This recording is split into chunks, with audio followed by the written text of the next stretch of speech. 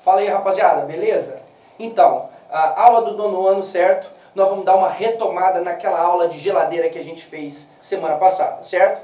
Enfim, meninos, nós estávamos vendo os modelos atômicos. Que é isso, tio? Os átomos, a forma de representar. Nós vimos o modelo de Dalton, que é a bolinha de bilhar, certo? Nós vimos o modelo de Thomson, que é qual, tio? Pudim de passas. Deus, o que é um pudim de passas, certo? Mas enfim, eu nunca comi isso, tá doido? Mas o que é isso, professor? É representante, tipo um panetone. As passas eram os elétrons, que são partículas negativas, e a massa seriam os prótons, que são as partículas positivas, que correspondem ou que compõem um átomo, certo? Depois disso veio o Rutherford com aquele modelo sistema planetário, dividido em núcleo e eletrosfera. O núcleo com partículas positivas e depois os nêutrons, para blindar, para que a repulsão seja menor, os nêutrons ficando entre os prótons, por exemplo, e a eletrosfera igual completamente desordenada. E aí veio um cara chamado Bohr, um estudante, certo? Um colaborador de Rutherford e melhorou esse modelo atômico. O que ele fez, tio? Através da experiência do salto quântico, ele determinou ou dividiu a eletrosfera em camadas, certo?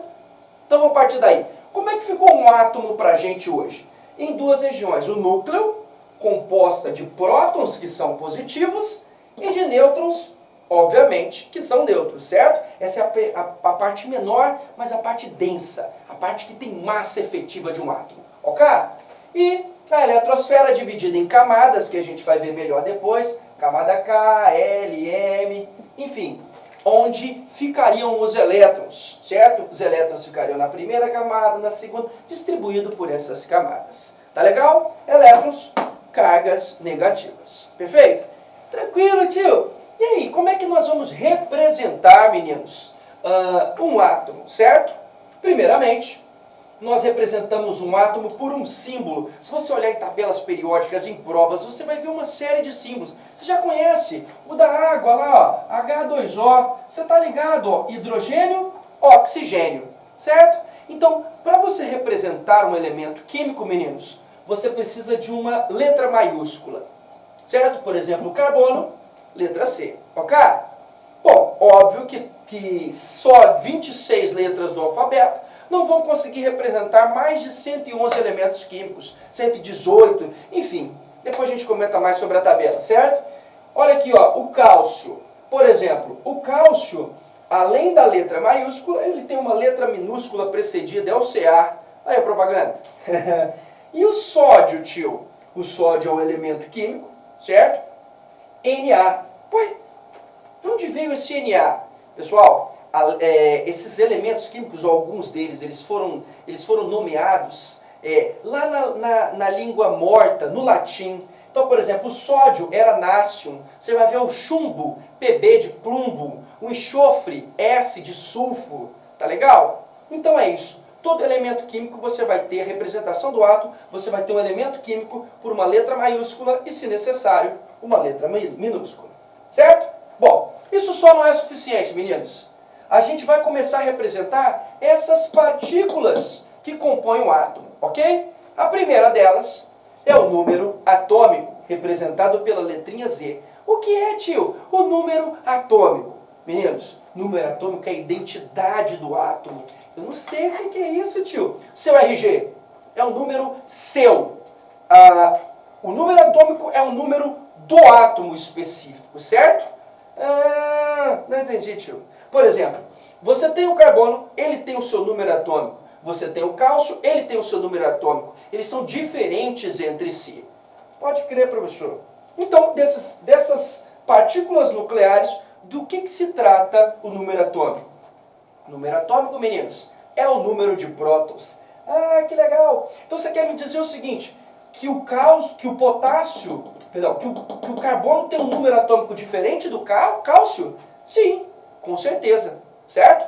Onde é que fica o número atômico representado? Na parte inferior esquerda, na hora de representar o átomo. Veja bem, olha dois exemplos aqui, ó. Oxigênio, número atômico 8.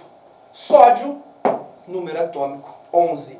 O número de prótons, né, tio? número de prótons. Beleza? Tranquilo. Muito bem. Outro número que representa o átomo. Número de massa, certo? Número de massa, tio. Massa é igual a minha cara, tá boluda, certo? Comendo, bebendo, enfim. O número de massa, senhores, é a soma dos prótons mais nêutrons.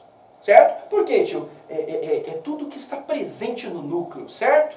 Tudo que está presente. Ah, que legal! Então, por exemplo, ó, você tem a soma de prótons e nêutrons. Aqui, ó, quem gosta de formuleta, o número de massa é a soma de prótons mais nêutrons, certo? Vem pra cá, ó, representando aqui, ó, o oxigênio, o número atômico 8 e o número de massa 16, certo? 16 é o quê? É a soma dos prótons, ou do número atômico, que é a mesma coisa, né? Mais o número de nêutrons presente no núcleo. Tranquilo? Outro exemplo aqui, ó. O número de massa, o número atômico é 11 do sódio. E o número de massa, tio? 23, certo? Professor, o número de massa fica onde? Sempre na parte superior, ou esquerda, ou direita, tanto faz, tá legal? É possível que a gente coloque do lado esquerdo ou do lado direito, beleza? Então, ó, número atômico ou número de prótons, certo? Fica no canto inferior esquerdo. Número de massa, que é o que, tio? A soma de prótons mais neutro, superior esquerdo ou direito. Quer dizer, falei de prótons, falei de massa, número de nêutrons. Quer dizer, você já deve estar ligado, você já deve estar pensando o seguinte, olha, se a massa, vamos supor que isso seja massa, soma de prótons mais nêutrons, se eu tirar os prótons, sobra quem?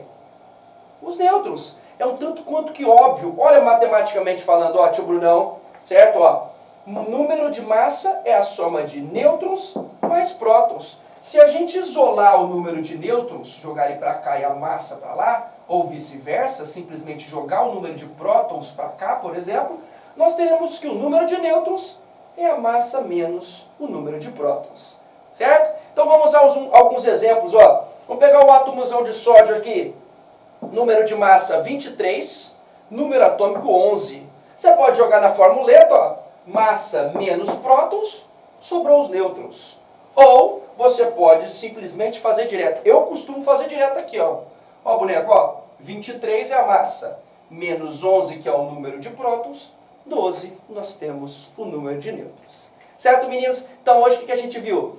Átomo precisa de quê? Representar por uma letra específica, ou maiúscula, se necessário, precedida de minúscula. Vimos o número atômico, que é a identidade do camarada, que é o número de prótons, canto inferior esquerdo. E também vimos o número de massa, canto superior direito ou canto superior esquerdo. Certo? Se eu diminuir a massa do número de prótons, nós teremos o número de nêutrons. Valeu, meninos. Muito obrigado.